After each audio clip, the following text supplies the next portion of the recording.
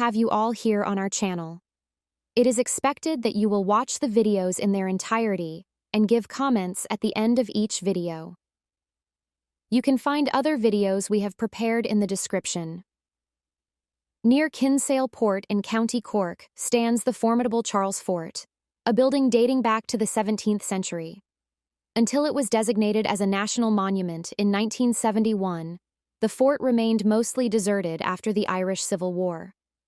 Over the next several decades, work began to slowly restore the fort, and now visitors may enjoy their time there.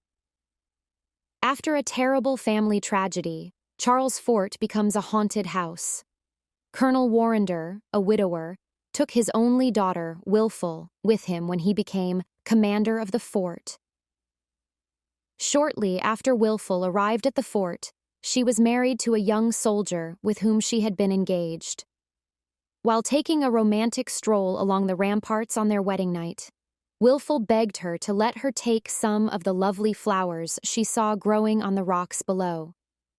A guard offered to go down and get her a flower if her husband, who had just tied the knot, would step down from his watch duty for a moment. The young soldier and his wife returned to their chamber, where he requested her to wait for him, as planned. It took more time than anticipated to descend to get the flowers, and the young soldier slept off after waiting for the guard to come back for an hour. Colonel Warrender was notoriously a harsh commander. Final thing before turning in for the night, he saw what seemed to be a guard dozing off. Out of sheer wrath, he ordered the guard to rise immediately. Even though the commander had warned the young soldier not to wake up, he was so enraged that he pulled out his revolver and shot him without hesitation, since he was sound asleep. Under the moonlight, the commander found out that the corpse of the watchman was really his new son-in-law as he approached it. Unfortunately, by the time medical help arrived, he had already passed away. In a fit of wrath and despair, Wilful hurled herself from the battlements upon hearing that her father had beheaded her on her wedding night. That evening, her father also committed suicide. A woman in white, Wilful now wanders the enormous castle. People who were there saw her go up the stairs of the building she and her father shared before she vanished, and she was still wearing her bridal dress. Children whose parents were stationed at Charles Fort were also seen with her, beaming down from a staircase and looking over them as they slept. Several troops claimed to have seen her wandering through walls and heard her moaning in a non-physical form.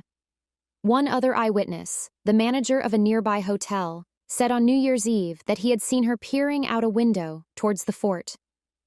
As he ran past the fort, another leaned on a wall to steady his shoe and felt a hand interlock with his own. She usually treats people well, yet she may be violent at times.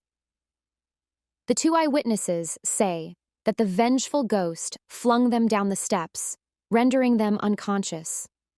The two eyewitnesses were male military personnel, and it is thought that they would be the ones to provoke her fury.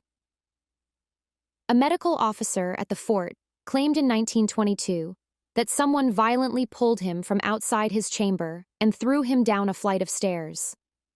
A young lady dressed for her wedding caught his eye as he was assaulting her.